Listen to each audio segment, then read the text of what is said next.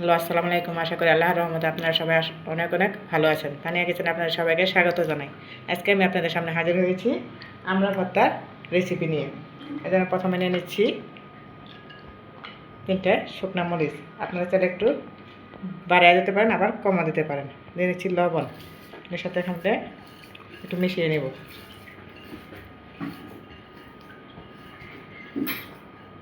তারপরে নিয়ে নিচ্ছি কাঁচামরিচ, আপনার ঝালটা আপনাদের পছন্দ মতো দেবেন। তারপর নিয়ে নিচ্ছি আমরা এইভাবে কেটে, এখানে আমি আধা কেজি আমরা নিয়েছি।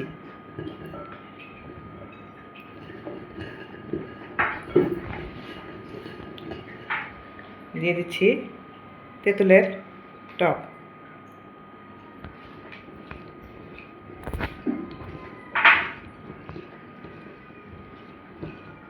নিয়ে নিচ্ছি সামান্য পরিমাণ সরিষার তেল।